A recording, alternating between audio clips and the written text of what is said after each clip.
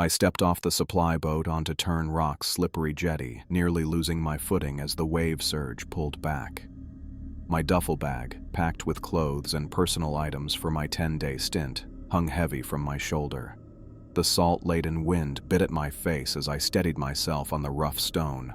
"Watch yourself there," Captain Murphy called from the boat. "Rock gets treacherous when wet." Dennis Murphy was a walking stereotype of a seasoned mariner, leathery skin creased by decades of sun and salt, with a gray-flecked beard trimmed close to his jaw. He moved with the natural balance of someone who'd spent most of his life on shifting decks, hardly noticing the boat's constant motion beneath his feet. I waited as he and his young deckhand, Kyle, passed wooden crates of supplies from the boat. Food, fuel for the generator, maintenance equipment, all the essentials for my isolation. Dennis handed over each crate with mechanical efficiency, but I couldn't help noticing how he kept his gaze fixed just past me, never quite meeting my eyes. "This should get you through the 10 days, Dennis said, handing me the last box. "Weather looks fair for the foreseeable future." "Thanks," I said, setting the crate down. "So what happened with the previous keeper?" The service office was pretty vague. Dennis paused, his body tensing slightly. "Jacob Patterson left 3 weeks early. No explanation." "Did he say anything before leaving? Health problems? Family emergency?" Dennis shook his head, his attention suddenly fixed on adjusting a rope in the boat. "Not my business to ask. He was ready to go. We took him."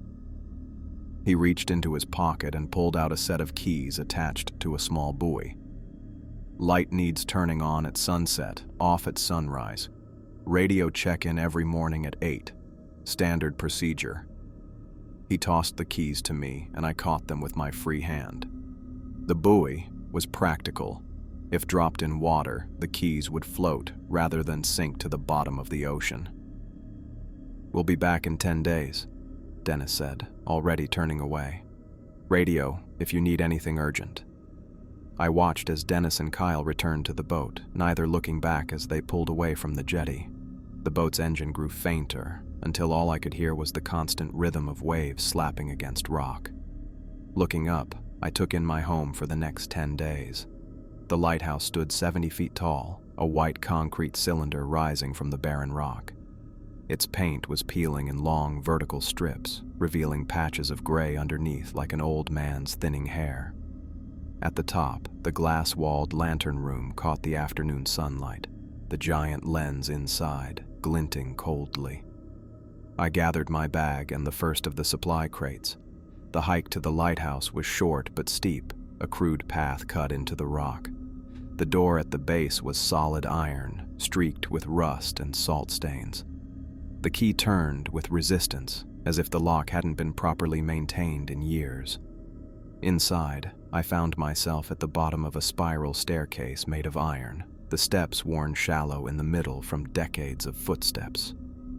I made 3 trips back to the jetty for the remaining supplies, then began the climb to the living quarters. The stairs seemed endless, my footsteps echoing in the hollow tower.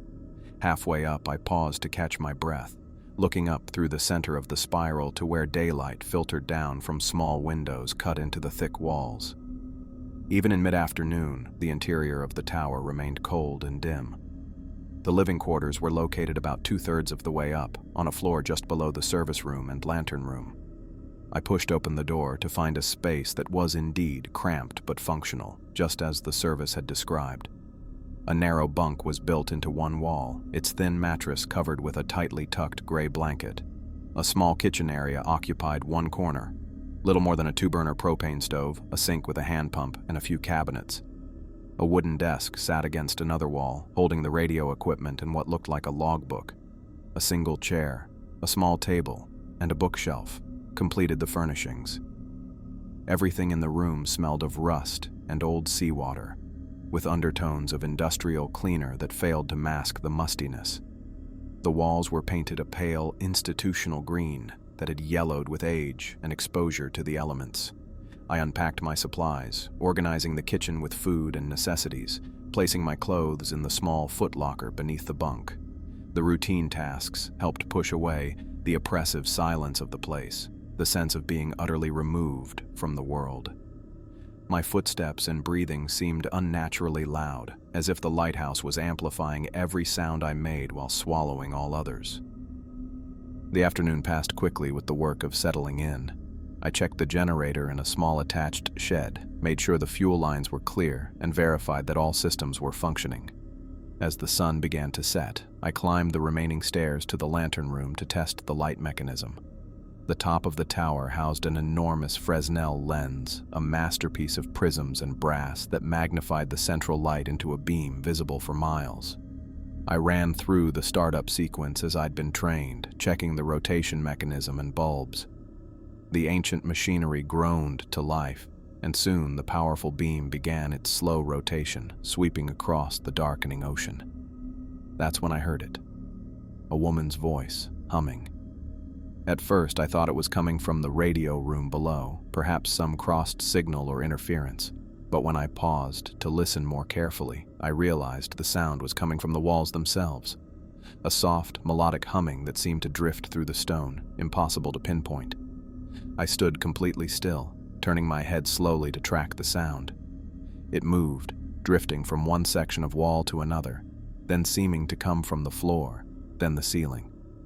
The melody was unfamiliar, melancholy and strangely archaic, rising and falling in a pattern that made me think of waves. "Hello?" I called out, feeling foolish even as I did so. "Is someone there?" The humming continued, uninterrupted. I went to the narrow doorway that led to the gallery deck, the exterior walkway that circled the lantern room, and stepped outside.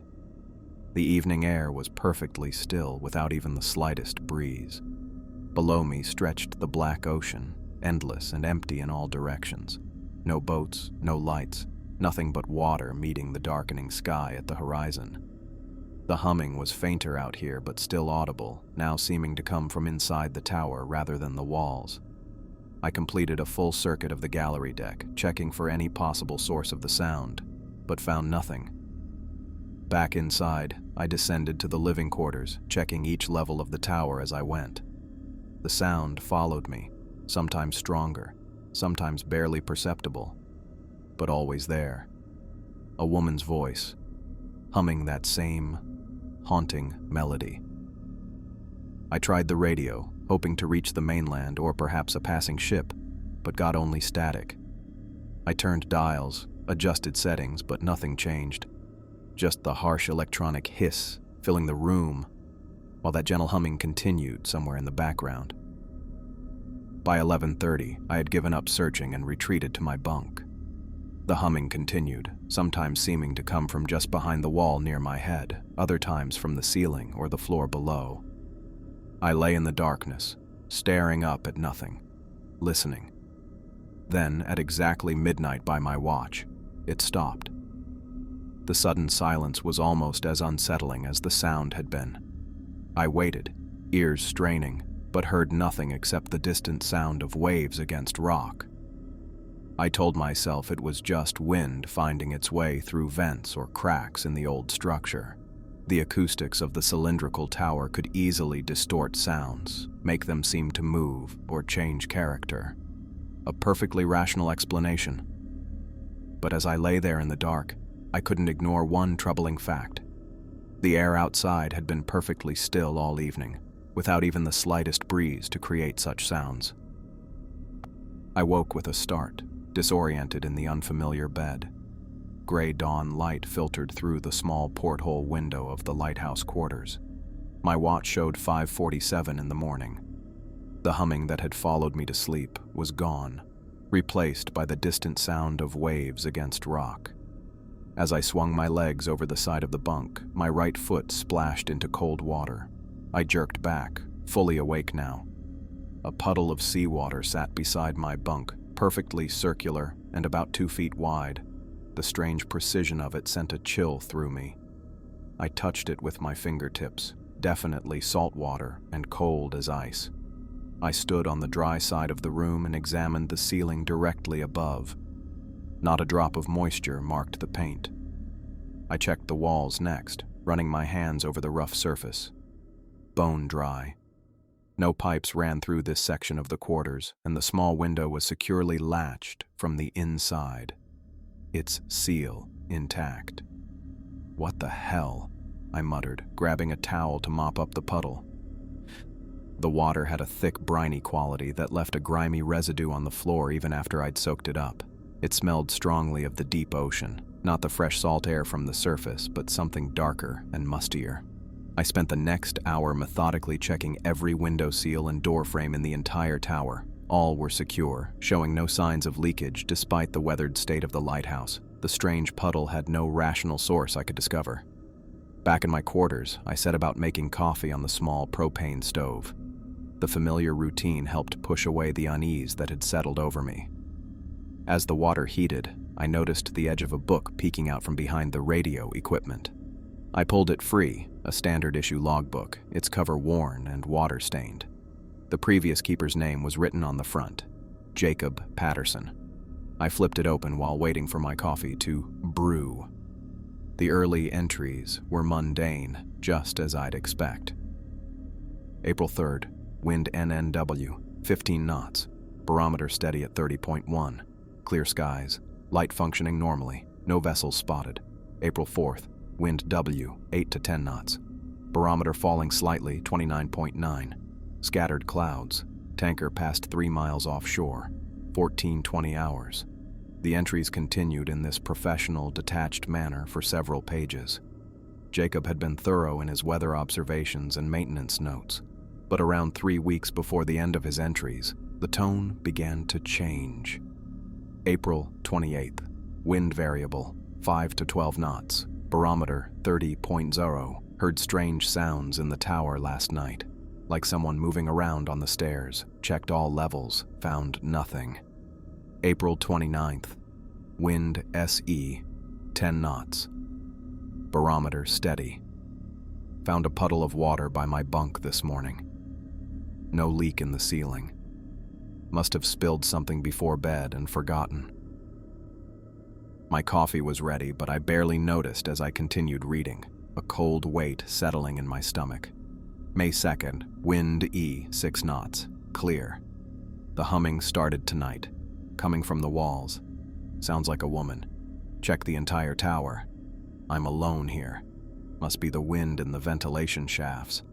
The entries grew increasingly erratic, the handwriting deteriorating from Jacob's initially neat script to jagged, hurried scrawls. May 7th. Found wet footprints on the stairs today. Small, like a woman's. They led from the bottom of the tower to the light room, then disappeared. No boats have docked. No one could have swum here in these waters. I'm losing my mind. May 10th. She's watching me. I can feel her behind me all the time. When I turn, nothing's there. But the humming never stops now. She knows I'm here. She knows. The final entry was dated May 12th, a single line written in shaky capitals. She knows I'm trying to leave. After that, nothing. Jacob must have departed shortly after making this entry, explaining why Dennis had said he left 3 weeks early. The accounts matched my experiences exactly, the humming, the unexplained water. Something had driven Jacob Patterson from Turn Rock, the same phenomena I was now experiencing. I needed to contact the mainland office. I switched on the radio and adjusted it to the proper frequency, waiting for the static to clear.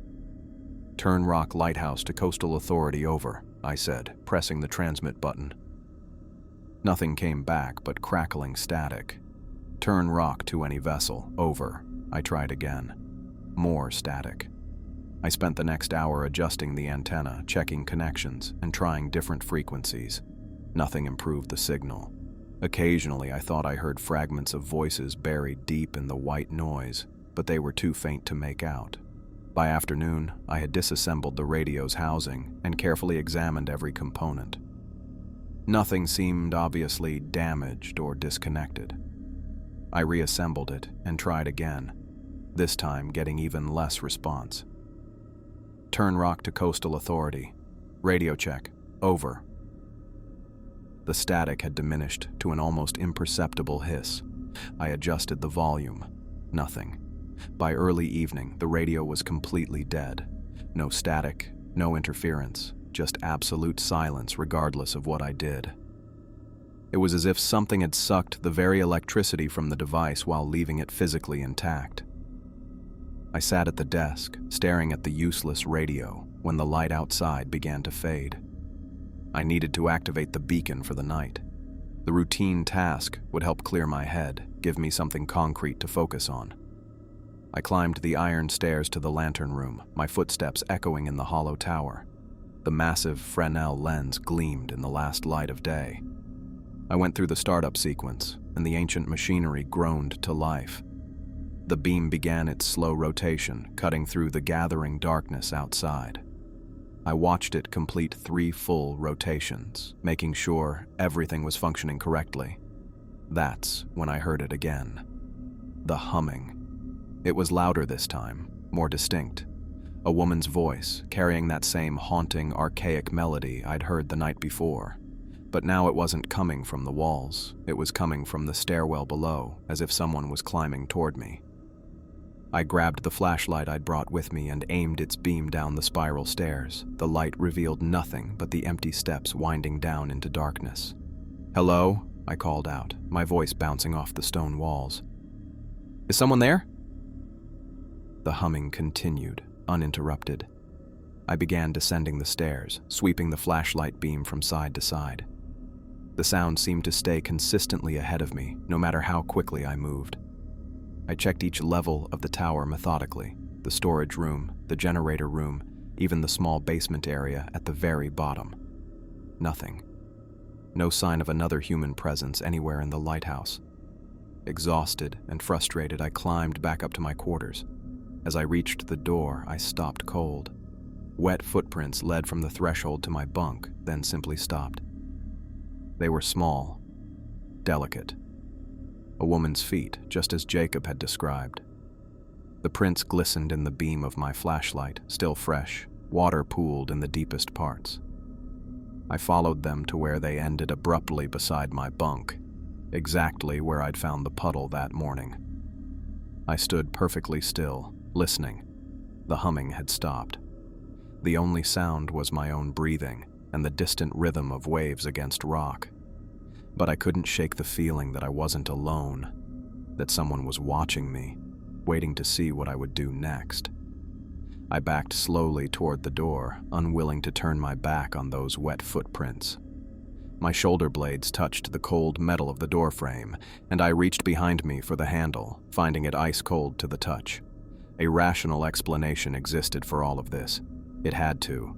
But as I stood there, staring at those impossible footprints leading to nowhere, Jacob Pattison's final logbook entry echoed in my mind. "She knows I'm trying to leave."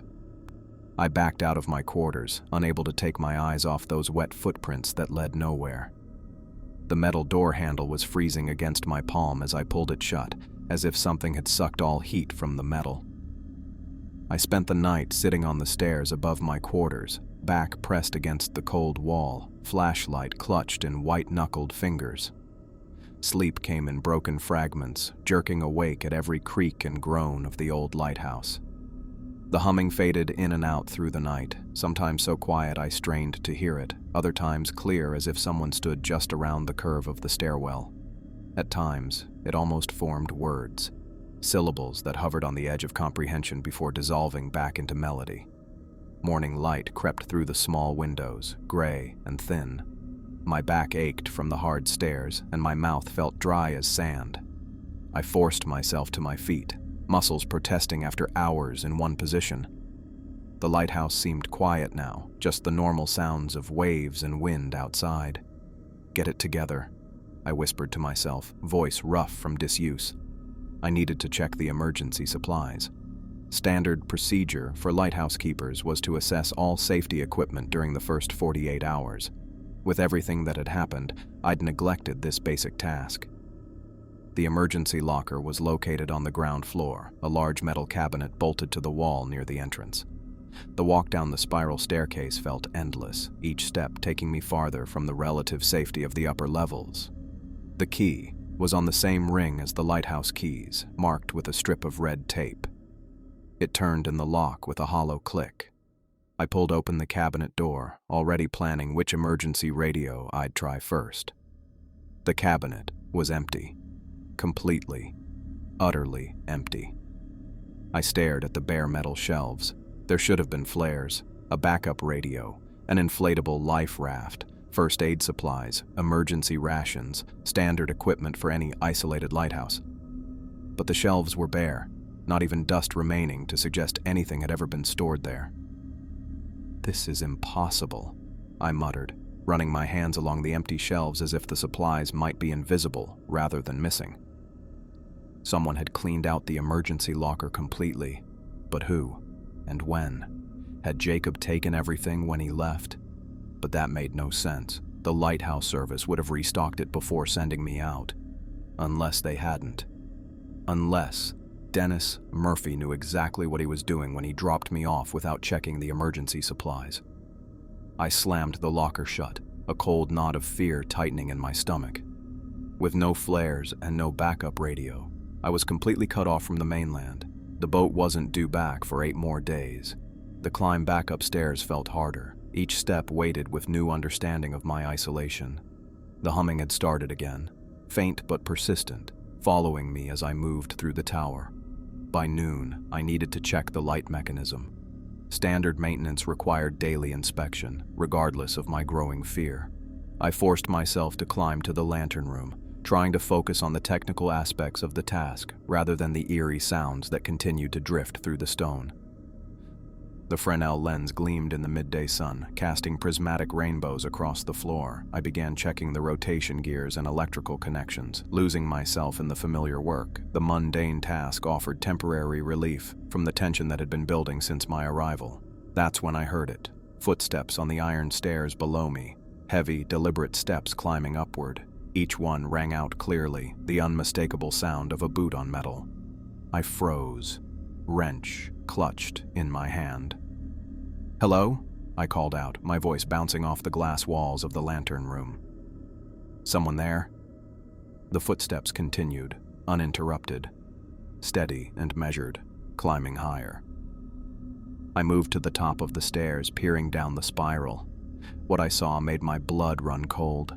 Wet marks appeared on each step, one by one, as if invisible feet were climbing toward me. Dark patches of water forming on the dry metal, moving upward in perfect rhythm with the sounds I heard. I backed away from the stairwell, wrench held out in front of me like a weapon. The footsteps kept coming, the wet marks appearing higher and higher on the stairs. Then, without warning, the temperature plummeted. The change was so sudden it felt like stepping into a freezer. My breath fogged in front of my face, and my skin prickled with goosebumps. The windows of the lantern room, which had been clear moments before, began to frost over from the inside. Delicate patterns of ice spread across the glass, blocking the view of the ocean outside. The metal railings and fixtures became painfully cold to the touch. The footsteps had stopped. No more wet marks appeared on the stairs, but something else was happening now. The stone walls began to sweat, not condensation but seawater. It seeped through the solid rock as if the walls were permeable, forming rivulets that ran down to pool on the floor. The water smelled of the deep ocean, that same briny scent I'd noticed with the puddle by my bunk. I backed into the center of the room, watching as water trickled from all sides. This wasn't possible. Water couldn't pass through solid stone like this. But it was happening, right before my eyes. I fled down the stairs, nearly slipping on the wet steps. The cold followed me, an unnatural chill that seemed to pour down the stairwell like liquid. Ice formed on the railings as I descended, making it treacherous to hold on. By the time I reached my quarters, my hands were numb and my teeth chattered uncontrollably. I needed to warm up, to think. I lit the propane stove, holding my hands over the blue flame. The small heat source seemed to barely make a dent in the cold that had invaded the tower. I tried to make dinner, needing some normal activity to steady my nerves. Canned soup would be simple enough, requiring minimal preparation. I opened the kitchen cabinet to retrieve a can. Every cabinet door in the kitchen swung open simultaneously. Not one by one, but all at once, as if pushed by invisible hands. The sound of wood hitting wood echoed in the small space. I stumbled backward, hitting the edge of the table. Cans rolled off the shelves, some falling to the floor with metallic clangs, others rolling across the countertop. A bag of rice split open, grains spilling everywhere. The table, the heavy wooden table I was leaning against, slid 3 feet across the floor with a harsh scraping sound. It moved with such force that it pushed me forward, nearly causing me to fall. I caught myself against the wall, heart pounding in my chest. The room fell silent again. The cabinet doors hung open, the spilled food lay scattered, but nothing else moved. Then came the knocking. It started deep below, in the basement of the lighthouse. A rhythmic pounding that didn't sound like it was coming from the door or the walls, but from inside the walls themselves. As if someone, or something, was trapped in the stone and trying to get out. Knock, knock, knock. 3 raps, a pause, then 3 more. The sound began moving upward, traveling through the tower from bottom to top. I could track its progress by the changing direction of the noise. It reached my level, the knocking now seeming to circle my quarters. Knock, knock, knock. Moving around me as if whatever made the sound was pacing the circumference of the tower. I grabbed my flashlight and ran, up the stairs, not down, climbing toward the lantern room. The knocking followed, always behind me, never quite catching up, but never falling far behind. The lantern room was still freezing, ice patterns decorating every glass pane, but it was the highest point in the lighthouse. Something about being at the top, with the great lens between me and whatever was in the tower, felt marginally safer. I wedged myself behind the light mechanism, using its bulk as a shield. The knocking continued below, moving up and down the tower in patterns I couldn't predict. Sometimes fast, sometimes slow, sometimes stopping completely before starting again with renewed vigor. I used pieces of maintenance equipment to block the door to the lantern room, wrenches jammed under the door, toolboxes stacked as a barricade. It wouldn't stop anything that could move through walls, but the activity kept my mind occupied, gave me something to focus on besides blind panic. Throughout the night, the lighthouse remained freezing.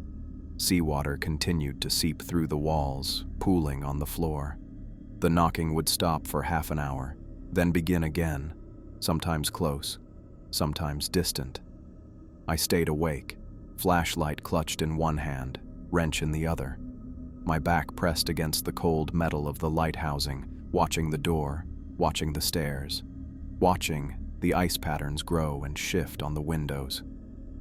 Only when the first pale light of dawn touched the eastern horizon did the phenomena begin to subside. The temperature slowly rose. The ice on the windows began to melt. The knocking, which had been constant for hours, faded away like a distant echo. I remained in my barricaded position until full daylight filled the lantern room. The puddles of seawater still remained on the floor, real evidence that I hadn't imagined the night's events. Something was in the lighthouse with me. Something that could control temperature, move objects, pass through solid stone. Something that wanted me to know it was there, and I was trapped with it for 7 more days. I waited until the sun was fully above the horizon before dismantling my makeshift barricade. The pools of seawater still dotted the lantern room floor, but the ice had melted from the windows, and the temperature had returned to the typical damp chill of the lighthouse rather than the bone-deep freeze of the night before. My muscles ached from spending hours wedged behind the light mechanism. I stretched, feeling joints pop and tendons protest. The events of the night replayed in my mind. The knocking, the freezing cold, water passing through solid stone. None of it made sense, yet the evidence remained in the puddles at my feet. The lighthouse beacon had been running all night, its powerful beam cutting through the darkness. Now that daylight had arrived, I needed to shut it down until evening. I reached for the control panel and flipped the switch to halt the rotation, then moved to turn off the light itself. The light went dark as expected, but the massive lens continued to spin for several seconds before grinding to a halt with a metallic shriek that set my teeth on edge. Something about the sound seemed wrong. Too harsh. Too final. I approached the lens housing and tried to manually rotate it, something I'd been trained to do during maintenance checks. It wouldn't budge. The rotation mechanism had locked up completely, as if fused in place.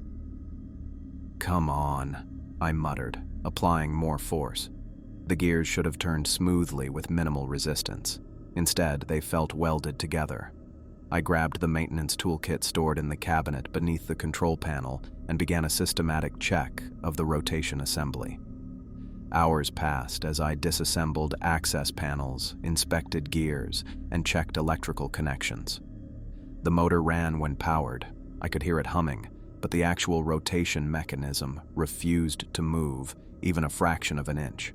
I found no obvious mechanical failure, no broken teeth on the gears, no seized bearings. By all logic, the system should have worked perfectly. The sun climbed higher as I worked, beating down through the glass walls of the lantern room. Sweat trickled down my back despite the lingering chill in the air. I was reaching behind the main drive shaft to check a connecting rod when I felt it. A breath on the back of my neck, cold and wet, carrying the unmistakable smell of rotting kelp and something deeper, more primal, the scent of water that had never seen sunlight. I spun around, wrench clutched in my hand, heart suddenly hammering against my ribs. No one was there. The lantern room was empty except for me and the silent machinery. I backed away from the light assembly, scanning every corner of the circular room. Nothing moved. Nothing waited in the shadows. Then I saw them. Wet handprints on the brass housing of the lamp. Small, delicate prints with long, thin fingers. They glistened in the sunlight, water beading on the polished metal.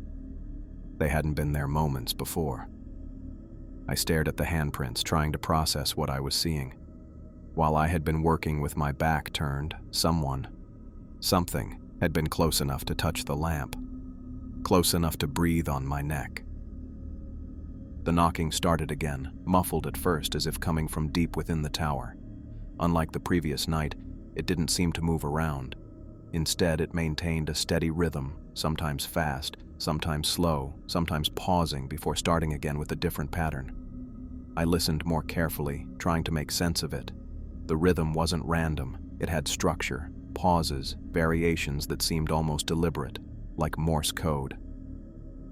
My father had been a Navy radio man. He'd taught me Morse when I was young, though I'd never become particularly proficient. Still, I recognized the basic patterns of dots and dashes. I grabbed a pencil and the maintenance log, trying to transcribe what I was hearing. Tap, tap, tap, pause, tap, tap, tap, tap, pause, tap, tap, tap, long pause, tap, tap, tap. I wrote down what might be letters, but the resulting combinations made no sense. Random letters strung together without forming recognizable words. Either I was misinterpreting the code, or whatever generated the knocking wasn't actually trying to communicate. The tapping continued as I made my way back down to my quarters.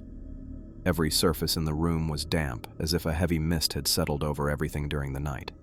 My bunk was soaked through, the sheets cold and clammy.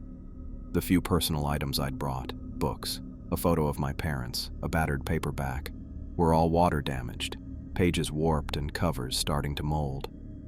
I spent an hour trying to dry things out, hanging my bedding over chairs, wiping down surfaces.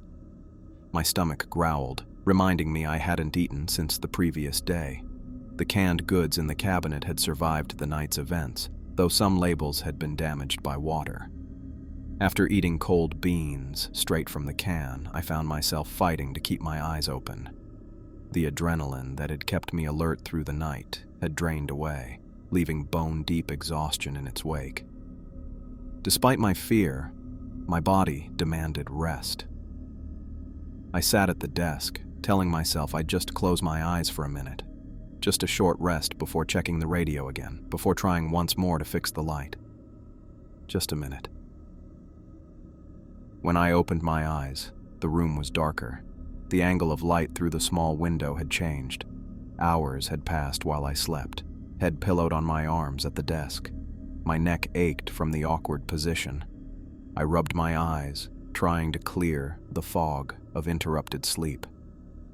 Something caught my attention across the room, a gleam on the window glass. I squinted, then stood up to get a closer look. Words had been written in the condensation that fogged the small pane. 3 words in elegant flowing script. "You can't leave." The letters dripped down the glass like tears, water beading and running along the pane. I reached out to touch them, half expecting my finger to pass through an illusion. The water felt real, cold against my skin. I wiped the message away with my sleeve, hands shaking. Someone had written this while I slept, standing just inches from where I had been sitting unconscious and vulnerable at the desk. Outside, the sun was setting. I needed to turn the light back on, jammed rotation mechanism or not. Even a stationary beam was better than nothing for passing ships. The knocking had stopped while I slept, but as twilight deepened, it began again. Louder now, more insistent. No longer resembling any code I could recognize, just violent, angry pounding that seemed to come from everywhere at once. I climbed the stairs to the lantern room, flashlight beam bouncing off the curved walls. The wet handprints I'd seen earlier had multiplied, now covering large sections of the brass housing. Some looked like they'd been made by hands being dragged across the metal, leaving long, smeared trails. I flipped the switch to power the light. The bulb came on, its beam strong and steady through the massive lens, but aimed in a single direction rather than rotating to sweep the horizon. Better than nothing, but far from ideal for maritime safety. Night fell completely, turning the glass walls of the lantern room into black mirrors that reflected the interior rather than showing the darkness outside. I caught glimpses of my own reflection. Pale face, dark circled eyes, the haunted look of someone balanced on the edge of exhaustion and fear. The first scream hit like a physical blow. High-pitched and agonized, it tore through the silence from directly above me, above the lantern room, where nothing existed but open air. A woman's scream, raw with pain and rage, so loud it seemed impossible it came from human lungs. I dropped to a crouch, hands over my ears, as the sound went on, never pausing for breath. Then it changed, not stopping, but moving, descending. The scream traveled down the outside of the tower at impossible speed, as if whatever made the sound was falling, plummeting toward the rocks below. The light bulb in the lantern room exploded with a sharp crack, plunging me into darkness. The scream had stopped, but now I heard glass shattering below, methodical, sequential. Every light bulb in the tower was exploding, one after another, working its way up from the bottom floor. Pop, pop, pop. The explosions moved up the stairwell, marking the progress of something coming toward me. I fumbled for my flashlight, fingers clumsy with fear, and switched it on just as the single remaining bulb in the access stairway to the lantern room shattered. In the sudden silence that followed, I heard it, wet feet slapping against metal. Slow, deliberate steps circling the level below me, pausing at the foot of the stairs that led to where I stood. I didn't wait.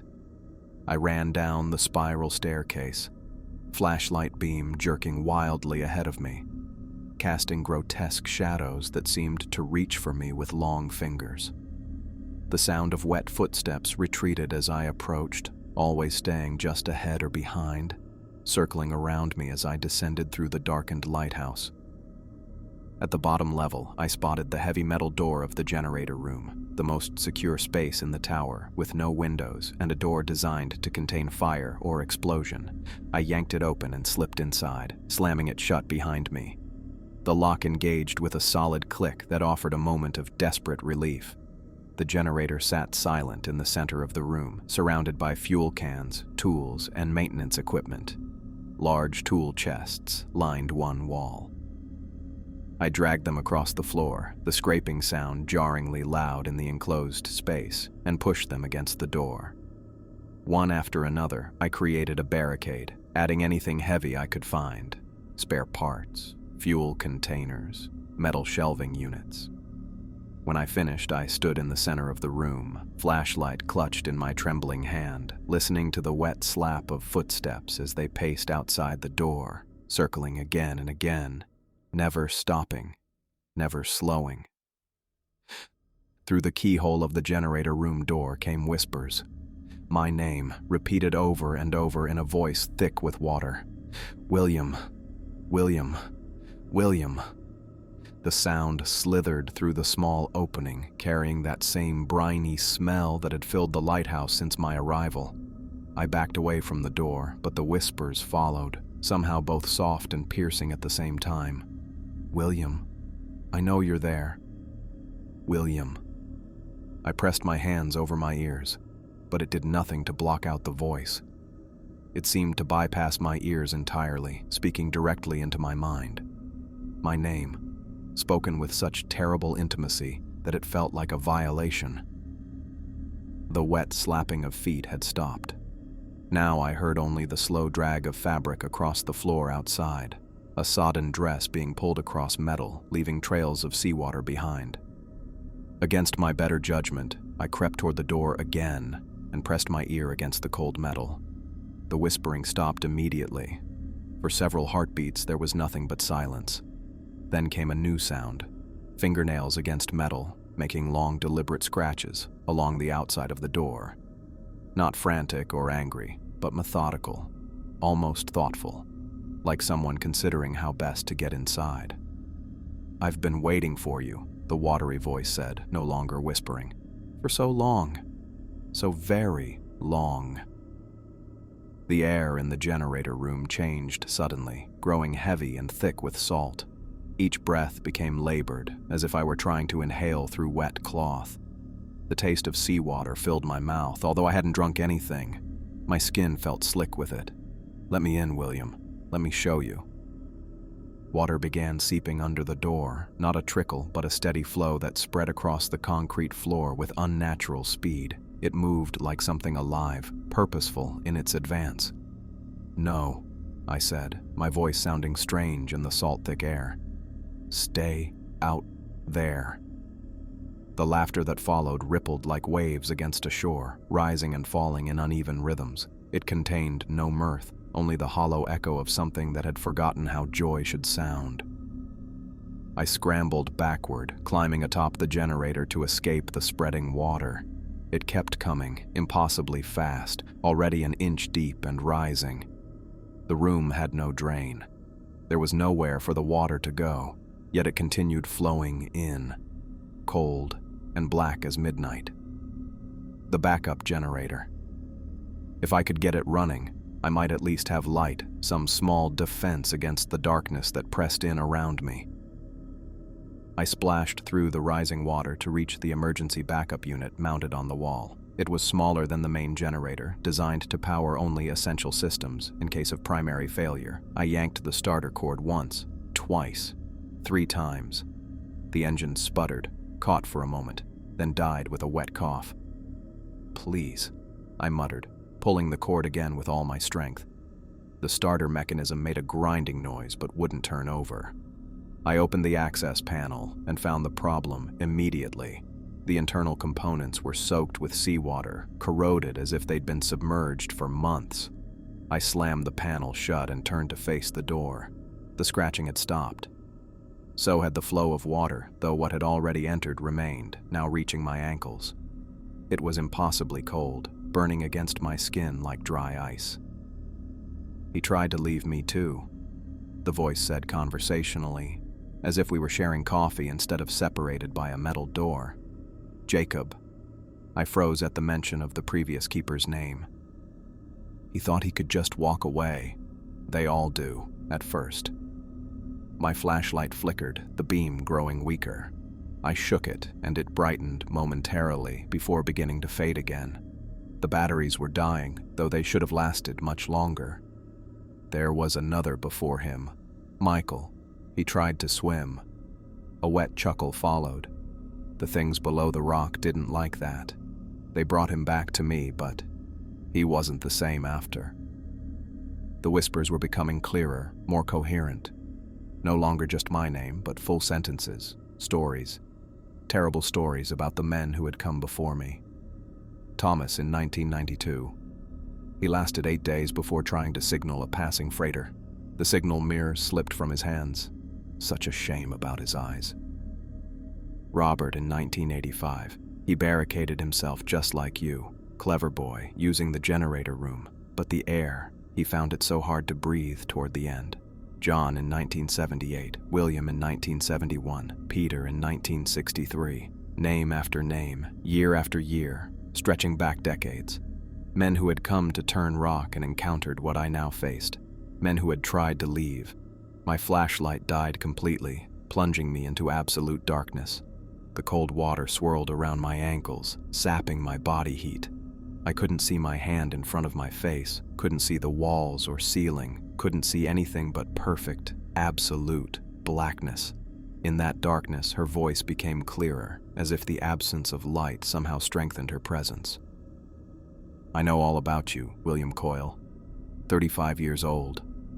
Parents deceased. Your father first, then your mother 3 years later. No siblings, no wife, no children. No one who would miss you very quickly. My breath caught. How could she know these things? I'd never spoken them aloud in the Lighthouse. You took this job because you wanted solitude, because after your mother died, you couldn't stand being around people anymore. Their sympathy felt like sandpaper on your skin. I pressed my back against the wall, trying to ground myself with something solid and real. The flashlight had died, but I still clutched it like a talisman. You thought you wanted to be alone, but no one truly wants that, William. Not really. Not forever. The water had stopped rising, holding steady at just above my ankles.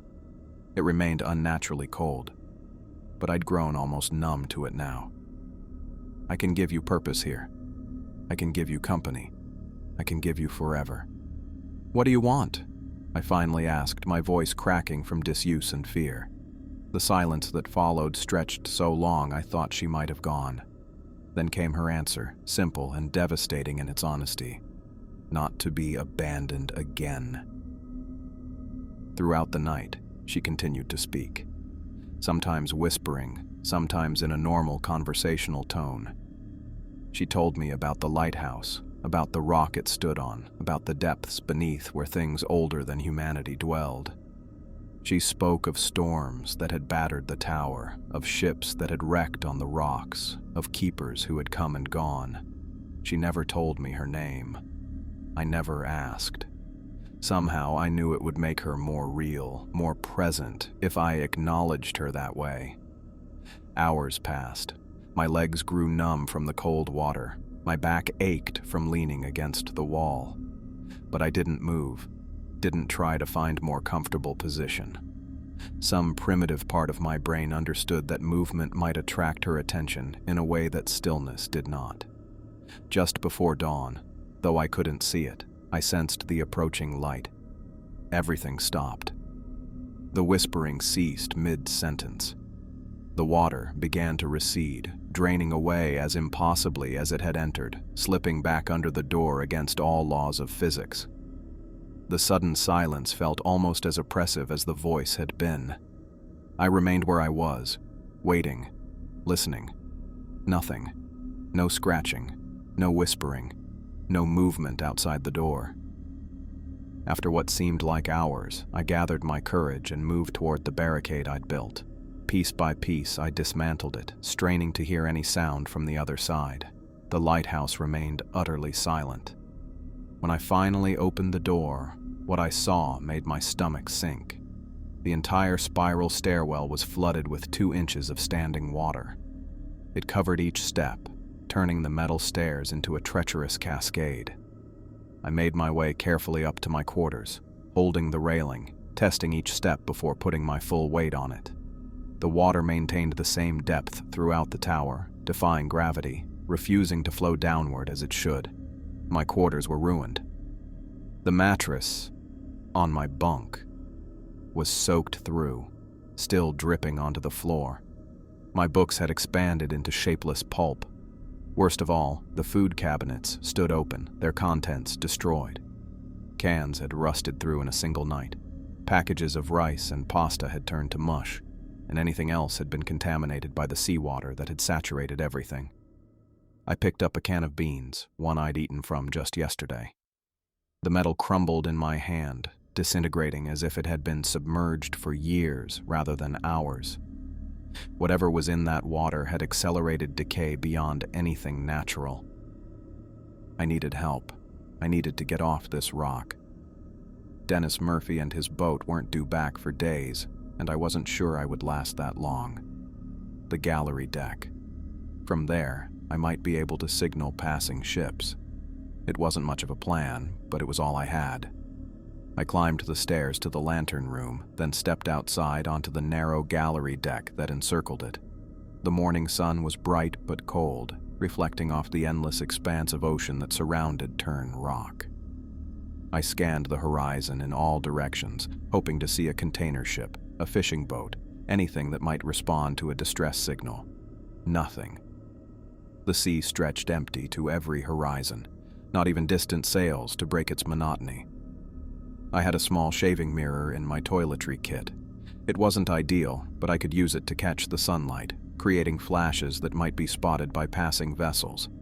I positioned myself facing east, where shipping lanes would be most likely to run, and began sending out a simple pattern. 3 short flashes, 3 long, 3 short. SOS, the universal distress signal.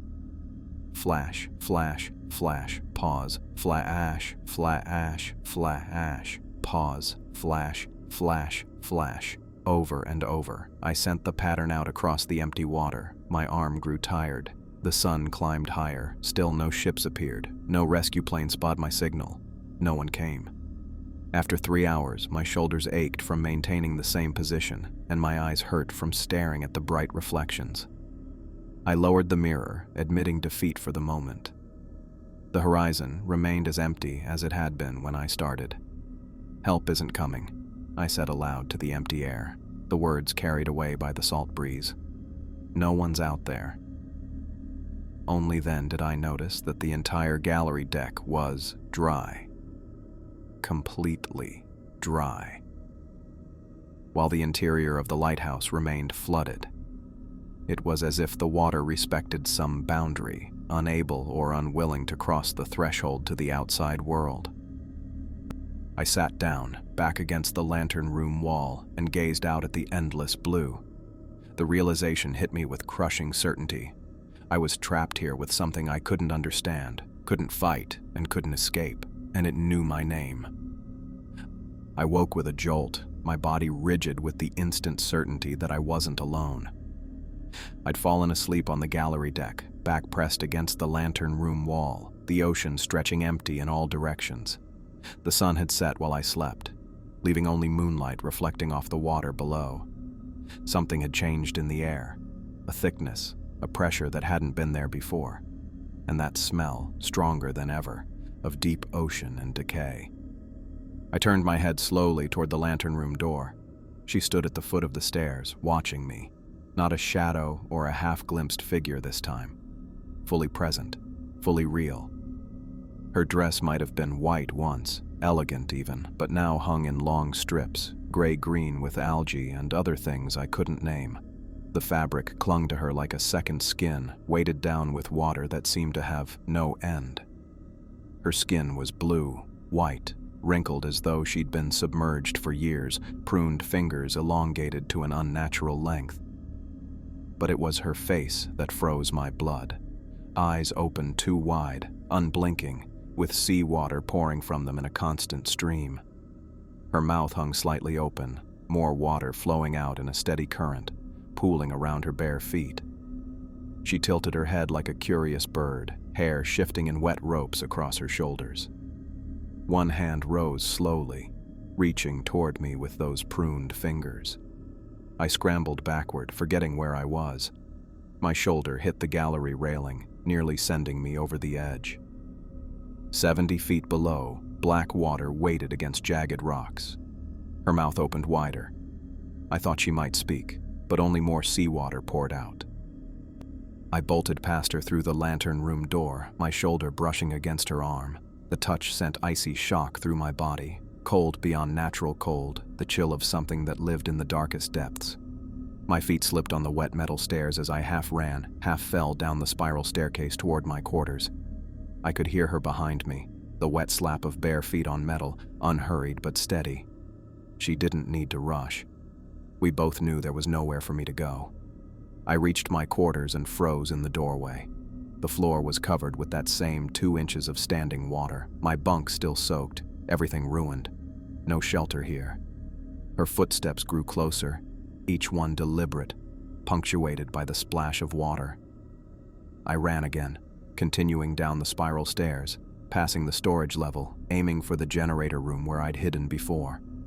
The sound of water slapping against metal followed me, never speeding up, never slowing down.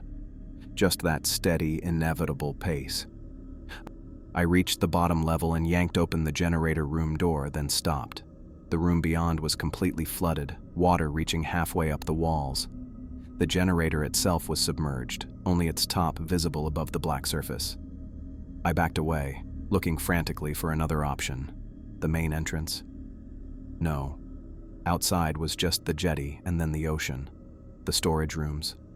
Too many places for her to corner me. The light room. The gallery deck had been dry earlier. Maybe whatever boundary kept the water inside would keep her out too. I turned and headed back up the spiral stairs, taking them 2 at a time despite the slick surface. I could still hear her below me, those wet footsteps maintaining their unhurried rhythm. At the top of the tower, I burst into the lantern room.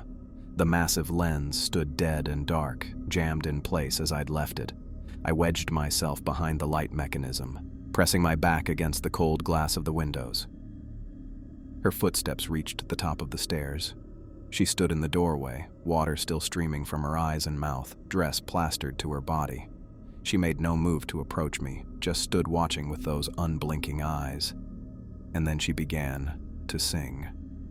Not humming anymore, but actual words in a language I didn't recognize. Ancient syllables that seemed to vibrate in my bones rather than my ears.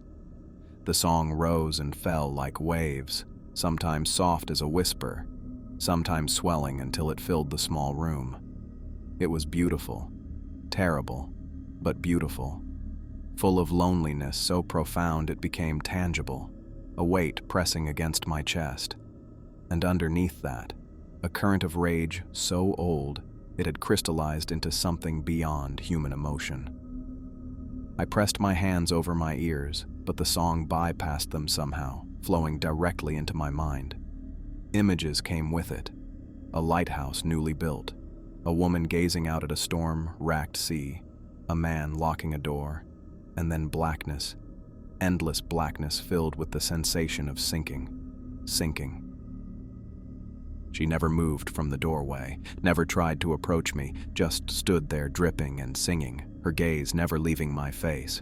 How long did it last? Hours, it must have been.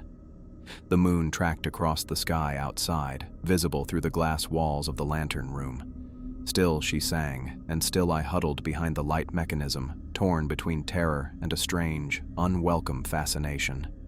Her song told a story, I realized. Though I couldn't understand the words, the emotions came through clearly.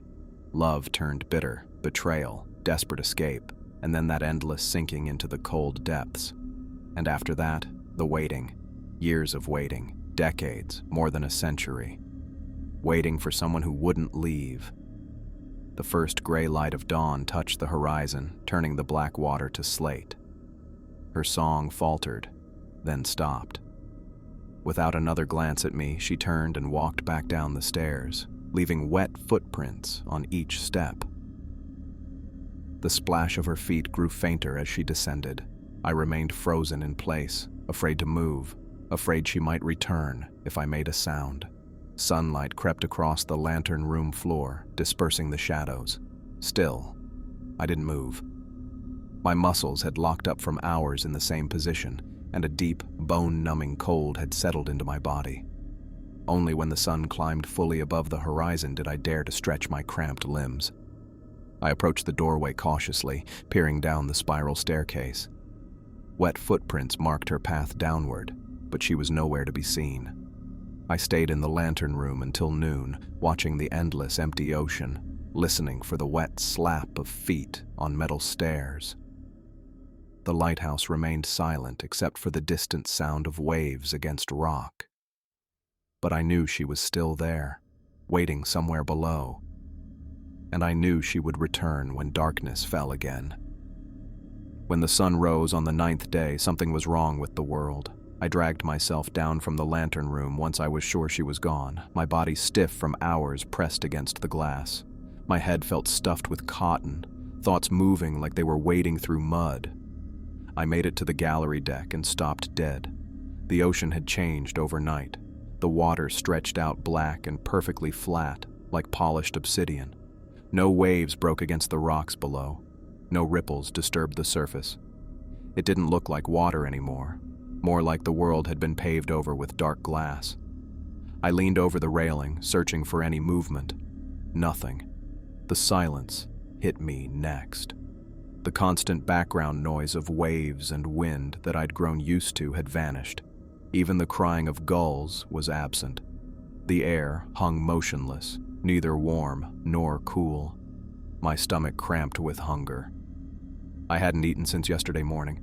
Everything in the kitchen had been ruined by that strange, corrosive seawater. Everything except a package of crackers I'd left on a high shelf. They'd be stale, but they were all I had left. The walk down the spiral staircase felt endless. Each step required concentration. I hadn't slept in 2 days, not since I'd nodded off at the desk and woken to find her message on the window. My hands wouldn't stop shaking. Little tremors ran through my fingers constantly, and sometimes up my arms. My vision blurred at the edges. I filled a cup with water from the kitchen tap. It came out rusty at first, then cleared. I sniffed it carefully before drinking. It tasted metallic but not salty, not like her water. The crackers were where I'd left them. I broke one in half and put it in my mouth. It tasted like nothing, just dry crumbs that stuck to my tongue. I forced myself to chew and swallow. That's when I saw her for the first time that day, just a flicker in the kitchen window, there and gone before I could focus. Her reflection where there should have been none. "Leave me alone," I said, my voice rough from disuse. No answer came, but I felt watched. The sensation of eyes on my back made me turn around. Nothing there. I took my crackers and water to the desk and sat down heavily. The chair creaked under my weight. I tried the radio again out of habit, though I knew it was useless. Dead silence greeted me, not even static. Movement caught my eye. A shadow passing across the doorway to the stairs. Too quick to see clearly, but I knew it was her. "What do you want from me?" I called out.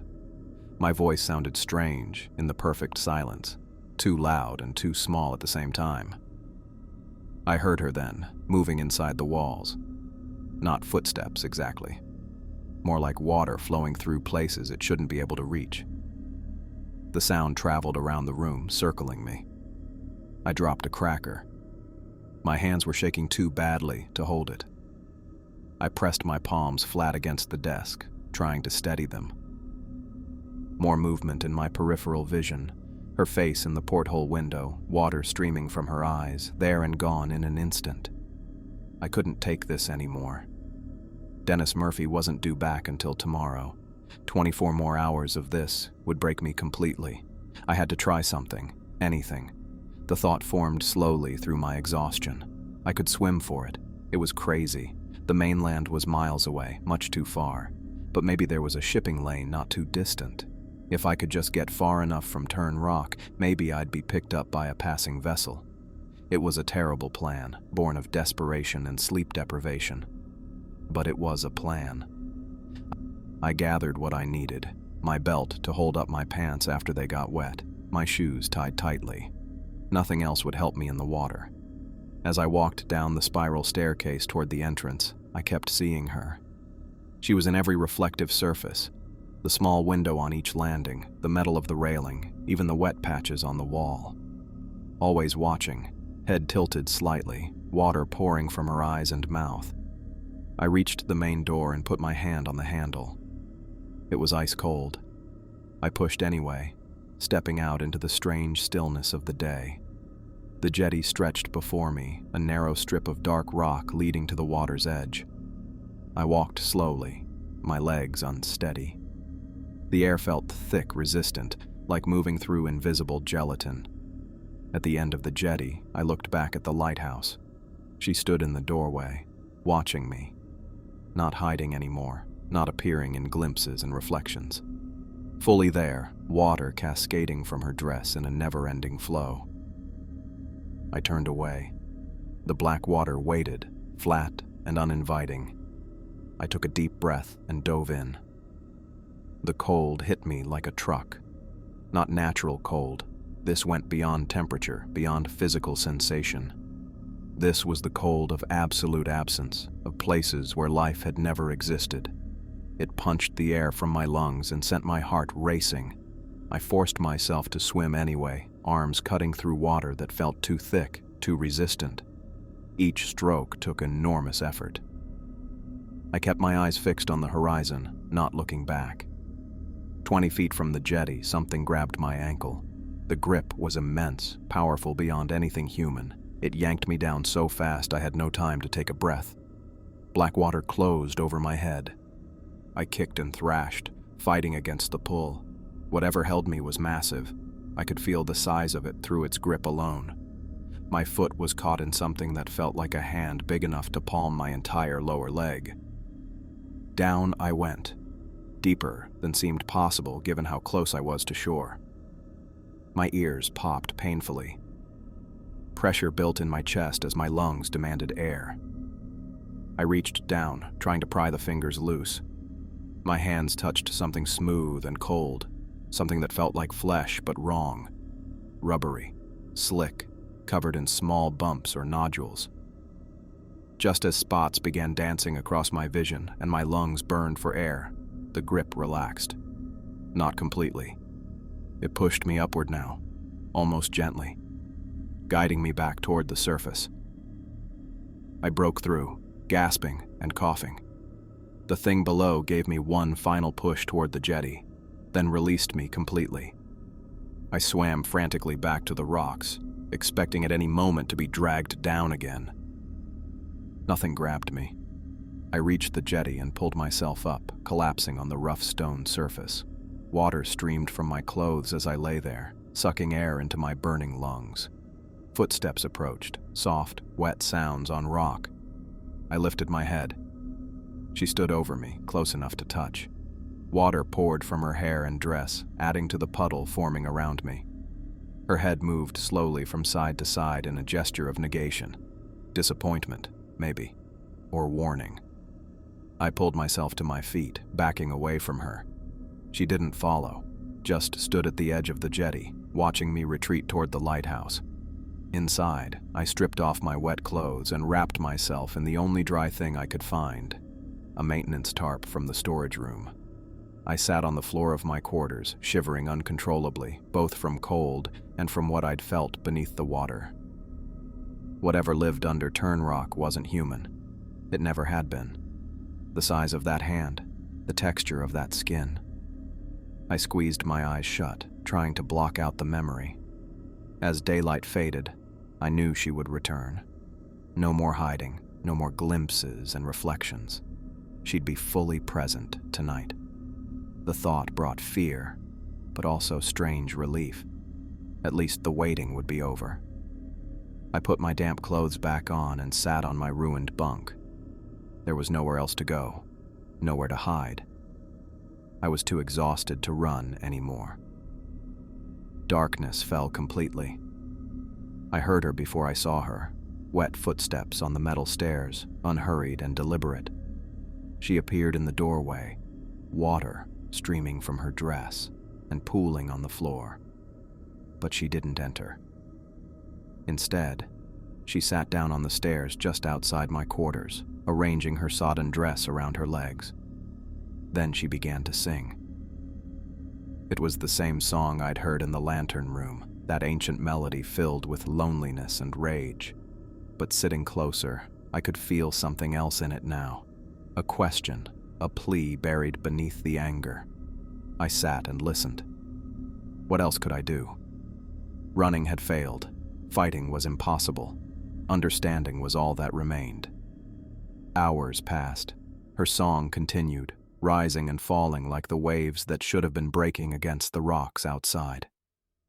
Sometimes she looked at me, those wide, unblinking eyes fixed on my face. Other times she stared at nothing, lost in memory. Somewhere in that endless night, through the fog of exhaustion and fear, understanding finally came. She had never tried to harm me. Not once in all the terrifying days since I'd arrived had she actually hurt me.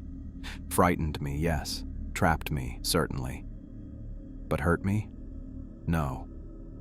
Even that thing in the water. It had released me before I drowned. It had pushed me back to safety. She didn't want me dead. She wanted me here. The water, the cold, the whispering, the footsteps. All of it designed not to drive me away, but to keep me from leaving. I looked at her with new eyes. Not a monster, but a woman, trapped between worlds, forgotten by time, abandoned by everyone she'd ever known. How long had she been here? Since 1873, if I remembered the Lighthouse records correctly.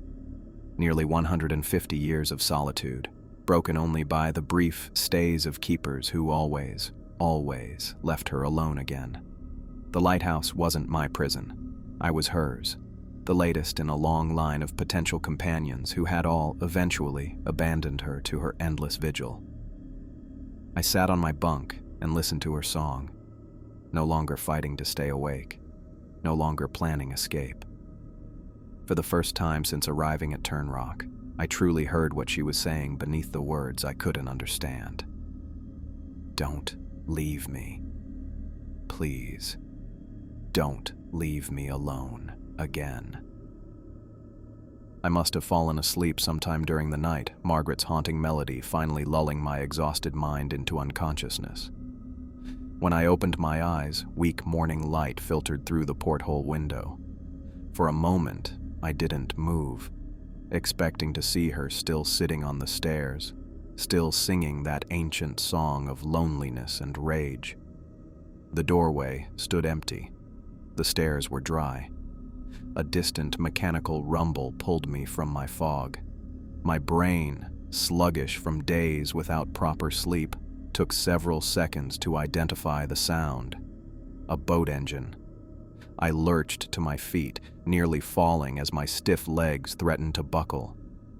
Today was the 10th day. Dennis Murphy was coming back. The rumble grew louder as I stumbled up the spiral staircase toward the gallery deck, gripping the railing with white-knuckled hands. My clothes stuck to my skin, still damp from yesterday's failed escape attempt. Each step felt like climbing a mountain. I burst onto the gallery deck, the morning air hitting my face. The ocean had returned to normal overnight, waves breaking against the rocks below, the unnatural stillness gone. The supply boat approached from the east, its small silhouette growing larger with each passing second. I waved my arms wildly above my head, terrified they might change their minds and turn back. My throat was too raw to shout. I kept waving until my shoulders burned, until the boat drew close enough that I could make out the two figures on board. Dennis Murphy stood at the wheel, cigarette dangling from his lips, his weathered face impassive. Kyle worked the ropes, preparing to dock. Neither looked surprised at my frantic signaling. I practically fell down the spiral staircase in my rush to reach the entrance. My hands shook so badly I could barely grip the railing. At each landing, I glanced around, expecting to see her waiting for me, ready to prevent my escape. But the lighthouse remained quiet, empty, as if she'd never been there at all. I staggered onto the jetty just as Dennis cut the engine, letting the boat drift the final few feet toward the stone landing. Kyle jumped onto the rocks, with a rope in hand, securing the vessel. Dennis looked me over without comment, taking in my soaked clothes, my unshaven face, the dark circles under my bloodshot eyes. His expression didn't change. He'd seen this before. I tried to speak, to tell them what had happened, what I'd experienced, but my mouth opened and closed without producing words. My tongue felt swollen, useless. All that came out was a broken, rasping sound. "Get in," Dennis said, nodding toward the boat. Kyle moved to help me, his young face carefully blank as he took my arm and guided me onto the gently rocking vessel. My legs nearly gave out as I stepped aboard. I collapsed onto a wooden bench, body trembling uncontrollably. "Should I get the rest of his things?" Kyle asked quietly. Dennis shook his head. "Leave it." I didn't protest. Everything I owned could stay in that tower. I never wanted to see any of it again. As Kyle untied the ropes and Dennis started the engine, I turned to look back at the lighthouse. A cold weight settled in my chest. She stood in the doorway, just as I'd known she would. The morning light caught her for just a moment, making her almost transparent. Water still dripped from her tattered dress, forming a puddle around her bare feet. Her face was tilted slightly, those water-filled eyes fixed on me. The boat pulled away from the jetty. She didn't move, didn't try to stop us, just watched with that same expression of ancient sorrow. Dennis handed me a thermos. "Coffee," he said. Black. My hand shook so badly I could barely unscrew the cap. The coffee was bitter and strong, burning my throat on the way down. It was the first hot thing I'd had in days, and it spread through my hollow stomach like fire. We passed the outer edge of the rock formation, and Turn Rock Lighthouse began to recede behind us. Still, she stood in the doorway, growing smaller but visible. Dennis lit a fresh cigarette, the smell of tobacco sharp in the salt air. He glanced at me, then back at the lighthouse. "She's been there since 1873, he said quietly, exhaling smoke through his nostrils. I looked up at him, surprised he would acknowledge her existence so casually. Margaret Turner was her name, he continued, eyes on the horizon as he steered. Keeper's wife. They had a fight one night during a storm. He locked her in the lighthouse while he went to check something on the rocks. He tapped ash over the side. She tried to swim to the mainland. I found my voice at last, though it emerged as little more than a croak. They never found her body. Dennis nodded. 3 nights later, she came back to the lighthouse. Her husband was the first to see her. They found him a week later when the supply boat came, drowned in his bunk, though there wasn't a drop of water in his lungs. He drew on his cigarette. That's what the official report said, anyway. The lighthouse was just a white speck in the distance now, almost lost in the morning mist rolling in from the sea. Every keeper since has had the same experience, Dennis said. 10 days is about all anyone can take before they break. Some try to swim like you did. Some try signals. Some just go mad. He glanced at me. The lighthouse service knows. They've always known. Then why? I had to stop, clear my throat. Why do they keep sending people? Kyle kept his eyes fixed on the waves, pretending not to listen. Someone has to keep the light running, Dennis answered simply. I stared at him. You knew what was waiting for me there. You knew, and you just left me. Dennis met my gaze without flinching. It's my job. The lighthouse disappeared completely as fog enveloped it, leaving only gray emptiness where Turn Rock had been. I felt a strange mixture of relief and loss watching it vanish, free of her presence, yet carrying the weight of her song in my memory. Why don't they just abandon it? I asked finally. Just leave the whole place? Dennis laughed, a bitter sound with no humor in it. They tried. Back in 1978, automated the light, removed all personnel. He crushed his cigarette against the side of the boat. 3 ships wrecked on the rocks that month. No survivors. The automation equipment failed every night. He looked back toward the fog-shrouded rock. She got angrier with each wreck, started appearing to ships before they hit the rocks. Sailors said they saw a woman standing on the water, pointing toward the reef. Dennis rubbed his weathered face with one hand. So they went back to human keepers. 10 days on, 10 days off. It's all anyone can stand. I wrapped my hands around the thermos, trying to absorb its warmth. The trembling in my fingers wouldn't stop. "And you?" I asked. "You take them there, pick them up when they're broken. How do you live with that?" Dennis stared ahead at the mainland, slowly taking shape through the mist. "Someone has to do it," he said quietly, "and she leaves the boats alone. Never bothered us once." Kyle shifted uncomfortably, and I realized he was part of this too. A young man drawn into this cycle of delivery and retrieval, watching keeper after keeper return shattered from Turn Rock. "The next keeper's already waiting at the dock," Dennis added, almost as an afterthought. I closed my eyes, suddenly overwhelmed by the thought of another person taking my place in that tower, hearing that song, feeling those cold, wet hands. Another temporary companion for Margaret Turner, doomed to leave her alone again when their time was up. The boat's engine droned on, carrying us back to the world of the living, leaving her behind in her endless limbo between life and death. I could still hear her song in my head, could still feel the cold touch of her hand against my skin. The mainland grew closer, civilization waiting with its noise and light and people. But I knew a part of me would always remain on Turn Rock, trapped in that tower with her, listening to that ancient melody of abandonment. I wondered if all the keepers felt this way afterward. This mixture of terror and pity. This strange guilt at escaping when she never could. I wondered if the dreams would ever stop, or if I'd hear her singing for the rest of my life. Dennis guided the boat toward the harbor, his face set in lines of grim resignation. Just another day's work for him. Just another broken keeper delivered safely back to shore, ready to be replaced by the next one.